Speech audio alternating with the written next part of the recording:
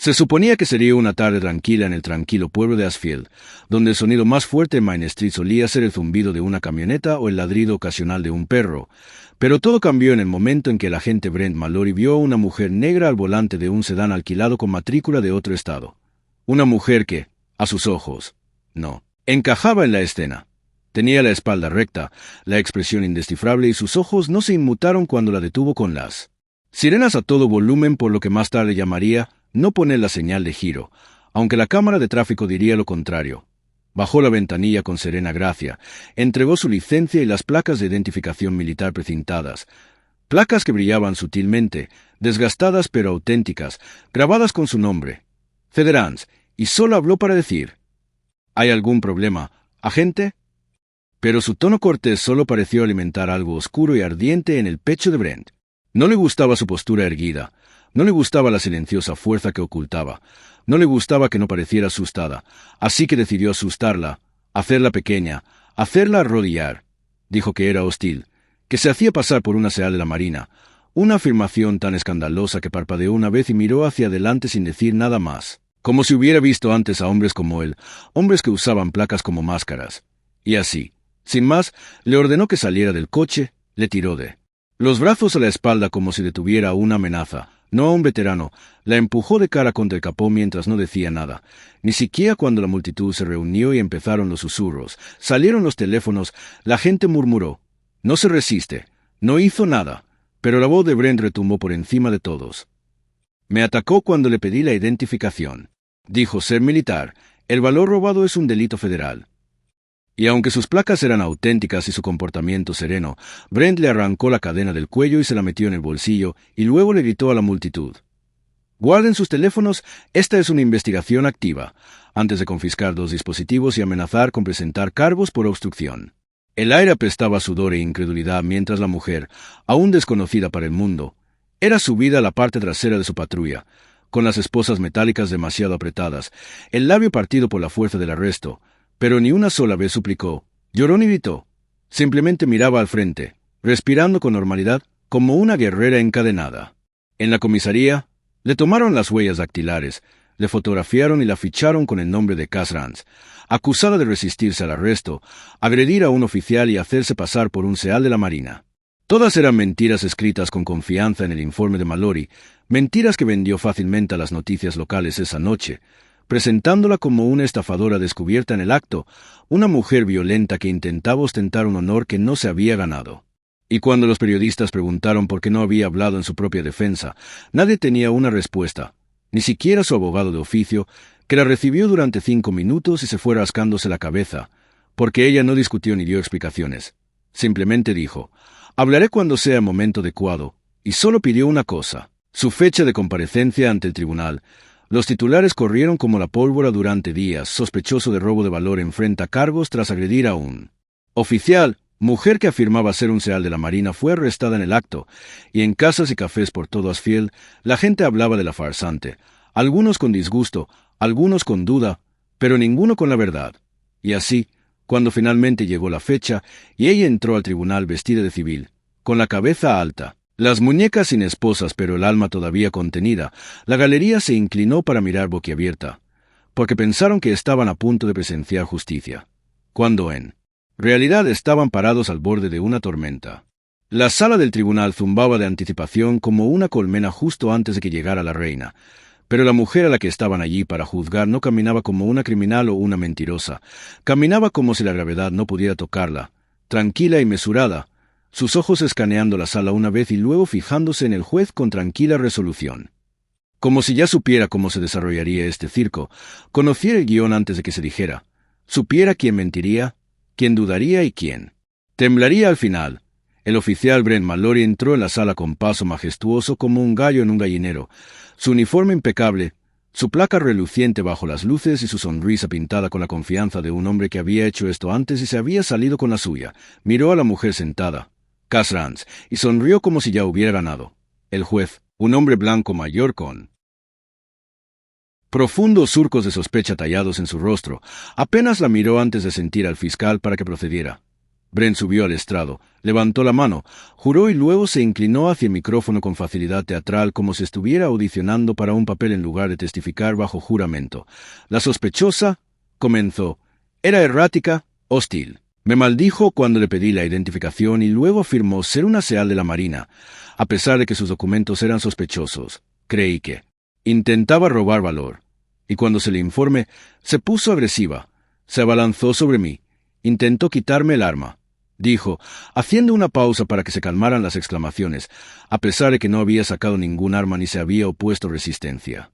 La fiscal, una mujer de rostro afilado, más centrada en cerrar casos que en buscar la verdad, asintió como si todo cuadrara, haciéndole preguntas capciosas, preguntándole sobre su afirmación militar, sobre su actitud, sobre las placas falsificadas que, de hecho, eran reales.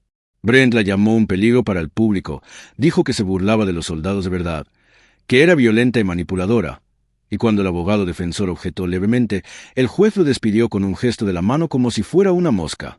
La audiencia se inclinó hacia adelante, absorbiendo la historia, el espectáculo, el mito de una mujer negra fingiendo ser una heroína.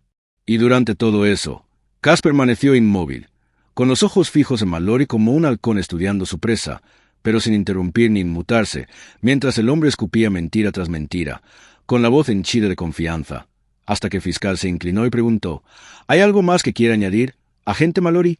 Y sonrió ampliamente, diciendo, solo que he visto ese de verdad antes, y ella no es una de ellos.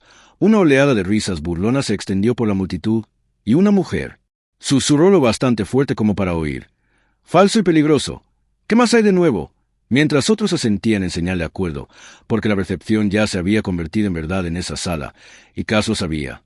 Cuando llegó su turno de hablar, no se puso de pie ni protestó.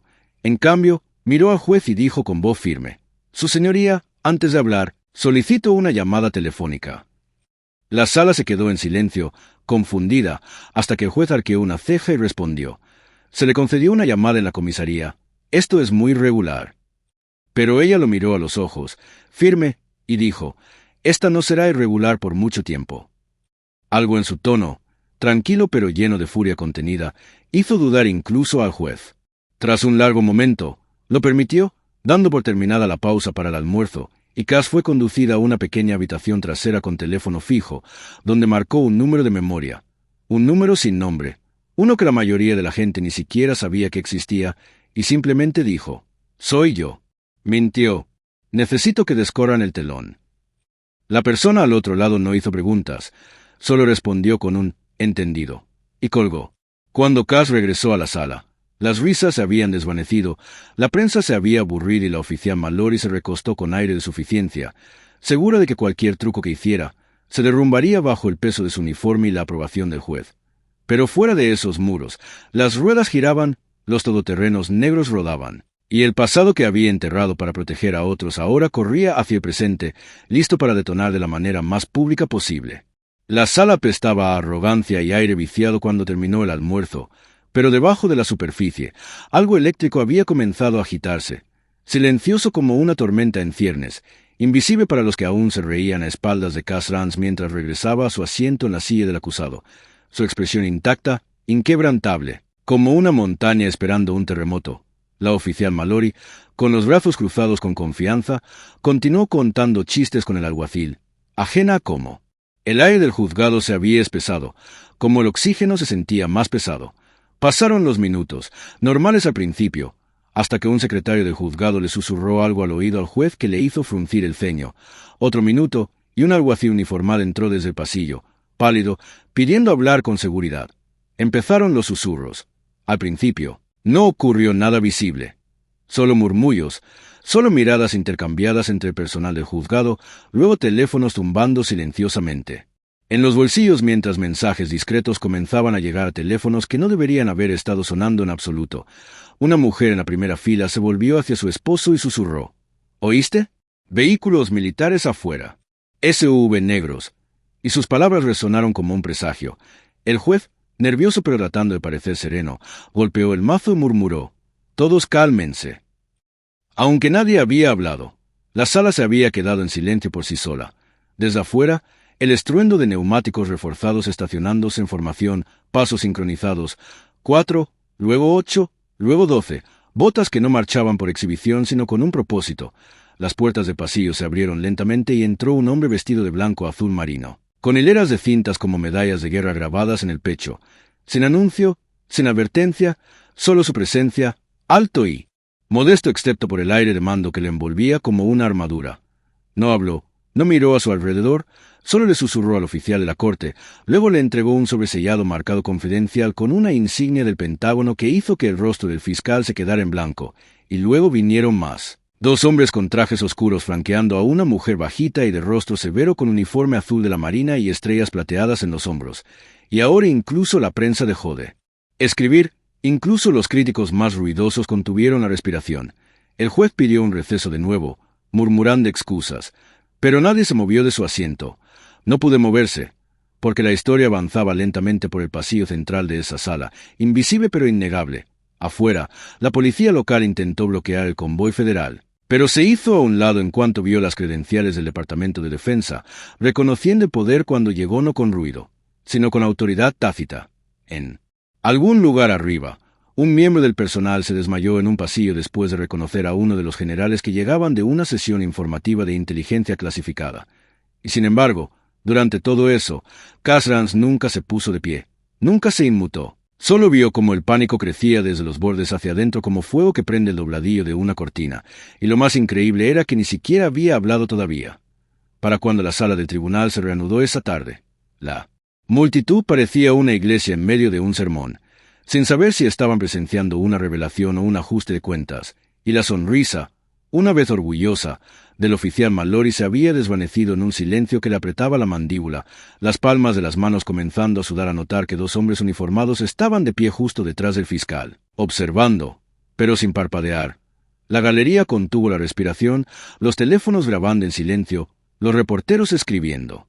Tonterías porque nadie sabía qué estaba pasando, solo que no era normal, no estaba planeado y no iba a terminar en silencio. Y entonces las puertas se abrieron una última vez, no ruidosamente, no dramáticamente, solo un empujón lento, y entró un almirante de la Armada de 4 estrellas con su atuendo completo, guantes blancos, mirada solemne al frente, caminando no hacia el juez, ni hacia el estrado, sino directamente, y solo, hacia Kasrans. Y cuando la alcanzó, sin decir palabra, la saludó con el uniforme militar, lo sostuvo y dijo con suficiente claridad para que todos lo oyeran. Comandante Cassandra Daniel Herranz, sea de la Armada de los Estados Unidos, designación clasificada Hecho Viper 7, registrada y bajo la protección de la Inteligencia Naval y el Comando Conjunto de Operaciones Especiales. Estamos aquí para traer la verdad. La sala no se congeló. Se hizo añicos. El silencio resonó en la sala del tribunal más fuerte que cualquier mazo mientras el saludo del almirante de 4 estrellas permaneció inquebrantable. Su declaración resonó como una bala disparada en agua quieta. Comandante Cassandra Daniel Herranz, designación clasificada Hecho Viper 7. Y en ese único suspiro, el mundo que casi había negado revelar se abrió de par en par. La boca del juez se abrió como una bisagra oxidada, tartamudeando pidiendo orden, control, pero su voz se ahogó. Bajo el peso de la presencia del almirante y la cascada de murmullos que se convirtieron en jadeos audibles, los periodistas se apresuraron a verificar lo que acababan de escuchar, con los dedos temblorosos contra los teléfonos que ahora podían grabar. Porque esto ya no era una audiencia en un tribunal, esto era la historia reorganizándose en tiempo real. Y cuando el almirante se hizo a un lado, otro oficial, un capitán de la Armada elegantemente vestido con una precisión gélida en sus ojos, se acercó al estrado y entregó un grueso expediente negro etiquetado de Teo secreto clasificado, solo para los ojos, abriéndolo justo el tiempo suficiente para que el juez viera fotos, operaciones censuradas, condecoraciones de misión, informes de lesiones y medallas que rara vez se otorgan fuera de tiempos de guerra. Esta mujer, anunció, ha servido en no menos de 7 operaciones de primer nivel, misiones de operaciones encubiertas tan enterradas que ni siquiera este tribunal tiene autorización para leerlas en su totalidad. Ha resultado herida en combate 3 veces, ha salvado rehenes en 3 países. En una ocasión, neutralizó una célula terrorista que operaba dentro de fronteras aliadas sin aparecer nunca en las noticias. Su rango, su silencio, su moderación, todo protegido por la confidencialidad federal.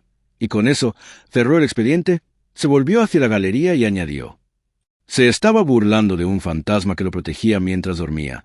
La sala se derrumbó sobre sí misma. El fiscal palideció y tartamudeó objeciones ahogadas por la pura incredulidad, mientras el oficial Mallory permanecía congelado, incapaz de moverse, con la mirada fija como un animal acorralado mientras la realidad de lo que había hecho comenzaba a reconstruirse con horribles detalles. El alguacil le susurró al juez, cuyas manos temblaban mientras leía los documentos frente a él. Su boca formando palabras silenciosas como estrella de plata, premia la unidad meritoria conjunta, equipo CA 4 y herido en acción. Y entonces, lenta y deliberadamente, Cass Rance se puso de pie. Su calma se desvaneció lo suficiente como para revelar el fuego detrás de su silencio, y por primera vez habló directamente a la sala del tribunal. No hablé antes porque se me ordenó permanecer clasificada. Seguí esa orden incluso mientras me humillaban, arrestaban y mintieron sobre mí. Porque eso es lo que hacemos cuando servimos. Protegemos, incluso cuando nadie ve. Pero no se equivoquen, dijo, volviendo su mirada completa hacia Mallory, cuya mandíbula ahora colgaba flácida y ojos vidriosos por la vergüenza.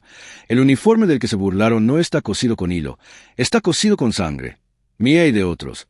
Y con eso se desabrochó el abrigo para revelar, debajo de su camisa civil, su camisa de uniforme de la Marina con todas las medallas que se le permitía usar públicamente. La estrella de bronce, la cruz de la Marina, el pin del tridente brillando como una daga en su pecho, y toda la galería se puso de pie involuntariamente, no por protocolo sino por puro asombro. Los veteranos en el público comenzaron a llorar. Un anciano que había servido en Vietnam se llevó la mano temblorosa al corazón y susurró: «Comandante», entre lágrimas. Incluso el juez se recostó, visiblemente conmocionado, como si los cimientos de su sala se hubieran convertido en arena bajo sus pies. «Las mentiras que se dicen en esta sala no son solo ofensas contra mí», continuó, con una voz férrea y aterciopelada, «son ofensas contra todos los militares que han llevado este uniforme, negros, blancos, hombres, mujeres, y que tuvieron que demostrar su valía 10 veces para que les creyeran». Y aunque no gritó, sus palabras hirieron más profundamente que cualquier grito.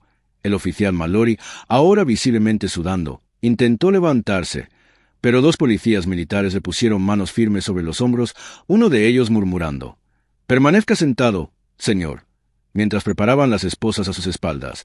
«¿Qué hace?», susurró, con el pánico subiéndole por la garganta, pero nadie respondió, porque la sala ya no lo miraba.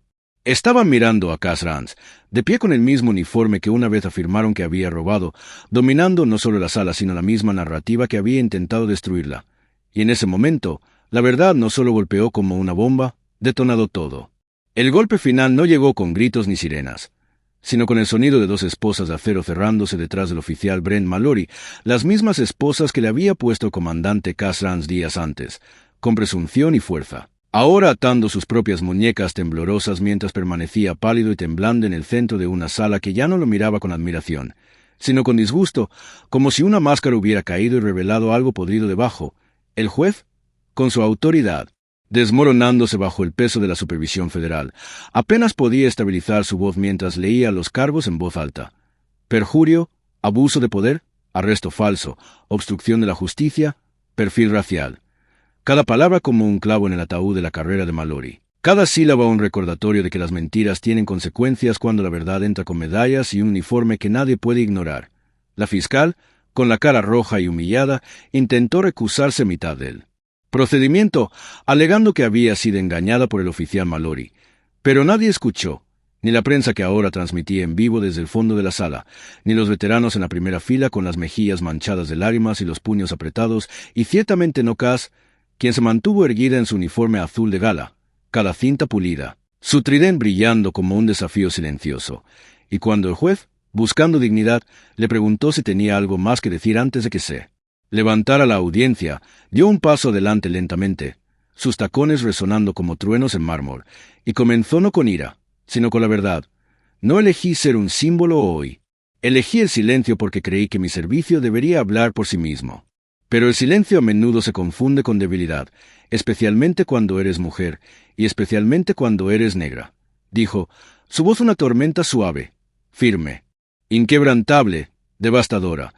«Este uniforme no me dio poder, sino que reveló el precio de ganármelo. Sangré por este país. Enterré amigos por él. Y cumplí misiones que nadie conocerá jamás para mantener a salvo personas como ustedes», añadió, volviéndose hacia el juez y la multitud. Pero nada de eso importó cuando no encajaba en la imagen que esperaban. Sus palabras abrieron la sala del tribunal, dejando una cruda reflexión a su paso. El anciano marine que una vez se había reído en la galería ahora estaba firme, saludándola con manos temblorosas. Una adolescente negra sentada junto a su madre se secaba las lágrimas de las mejillas, susurrando: «Ella es real, es real», como si intentara desmentir cada mentira que le habían enseñado sobre quién podía ser un héroe. Cass terminó en voz baja: «Perdona lo que me hicieron, pero nunca olvidaré a quien guardó silencio mientras ocurría». Y cuando ella se giró para irse, la multitud no vitoreó ni aplaudió. Se levantaron en silencio, uno por uno, civiles, veteranos, periodistas, incluso el personal de la sala del tribunal, levantándose no para un veredicto, sino para una reivindicación.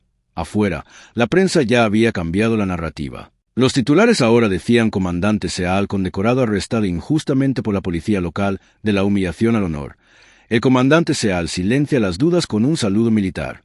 Y los vídeos del saludo del almirante ya se estaban volviendo virales, cambiando la percepción pública más rápido de lo que se habían difundido las mentiras, y mientras la oficial Mallory era sacada por un costado esposada, cabizbaja en señal de desgracia, Cass salió por la entrada principal del juzgado no como acusada, no como sospechosa, sino como la verdad personificada. Vestida con su uniforme oficial, la luz del sol rebotando en las medallas ganadas en silencio, con la barbilla levantada no por arrogancia sino por un orgullo ganado con esfuerzo, caminó por un pasillo de desconocidos que ahora la veían como realmente era, no porque se los dijera, sino porque se mantuvo firme mientras intentaban derribarla. Un niño pequeño entre la multitud la saludó, y ella se lo devolvió con la sonrisa más suave, la que solo los guerreros que han sobrevivido al infierno aún pueden dar. Y justo antes de llegar a la camioneta negra que esperaba en la acera, se giró una vez, miró al juzgado que tenía detrás, y dijo en voz baja: «La próxima vez, créanle al silencioso». Entonces ella entró, la puerta se cerró y se fue. Pero el eco de su verdad permaneció, cambiando para siempre la apariencia de la justicia en esa ciudad y la apariencia del poder cuando no necesitaba gritar para ser escuchado.